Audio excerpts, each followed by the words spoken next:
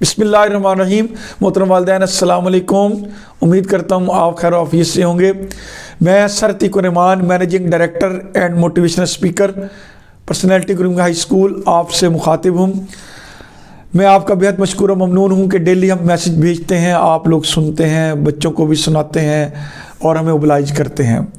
इंशाअल्लाह अज़ीज़ हमारा तालीम व तरबियत के हवाले से ये सिलसिला जारी सारी रहेगा।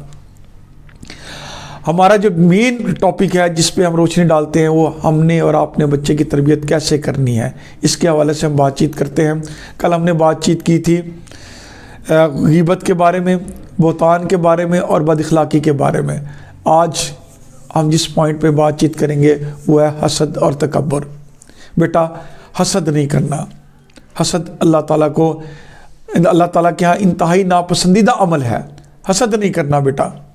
हसद नेकियों को ऐसे खा जाता है जैसे आग लकड़ी को खा जाती है।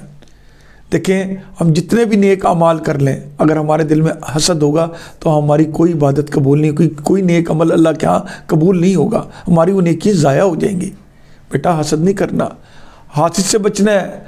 अल्लाह ने हासिद से बचाने के लिए कुरान पाक में सूरह फलक नाजिल फरमा दी, जिसका आखिरी आयत का तर्जुमा ये है, और मिन शर्रि हासिदिन इज़ा हसद। अल्लाह हमें हसद करने वालों के हसद से बचा, हमें हासिदीन के हसद से बचा।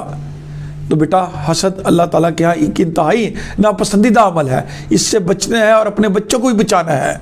खुद भी बचना है, अपने बच्चों को भी बचाना है। ठीक है बेटा। इसके अलावा दूसरा पॉइंट है तकब्बुर।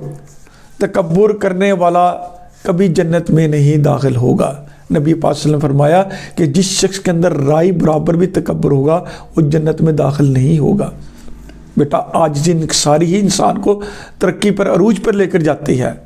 तकब्बुर करने वाले इंसान की कोई माशरे में इज़्ज़त नहीं होती।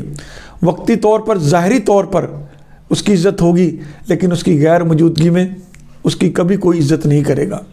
बेटा फिर मैं इसकी मिसाल ऐसे दूंगा कि कायनात में जब अल्लाह पाक ने आदम को बनाया तो सबसे पहले गुनाह शिर्क और कुफर नहीं था। सबसे पहले गुनाह यही था कि शैतान इब्लीस ने तकब्बुर किया था कि मैं इंसान को सजदा करूं। मैं बेटा इस मैं ने हमें तबाह बर्बाद कर दिया। इस मैं की बुनियाद पर हम लोग बेरारवी का शिकार हुए बैठे हैं। इस मैं की वजह से हम लोग दुनिया से दिल लगा कर बैठे हुए हैं। हमें अपना अंजाम नहीं पता, हमें ये नहीं पता ज़िंदगी हमारी इसका इख्तिताम क्या है, इस ज़िंदगी का इख्तिताम के बाद हमें अल्लाह को कैसे हमने फेस करना है।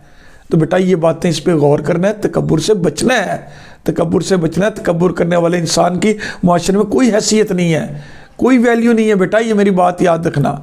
आपने खुद भी बचना है और बच्चों को भी बचाना है। अपने बच्चों को भी इन दोनों बदअखलाकी बुराइयों से बचाना है हमने।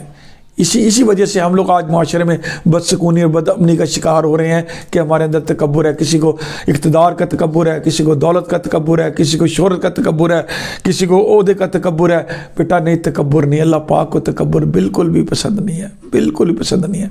आजिज़ी इंकिसारी में बड़ी कामयाबी है हमारी। इंशाअल्लाह अज़ीज़ मैं उम्मीद करूँगा कि आप भी इन दोनों बुरे अमाल से बचने की कोशिश करेंगे और अपने बच्चों को भी बचाएंगे और मेरी बातों पे आप अमल करेंगे। इंशाअल्लाह अज़ीज़ मैं उम्मीद करता हूँ आप मेरी बातों पे अमल करके एक बाशऊर और एक अच्छे वालिदैन होने का सबूत देंगे।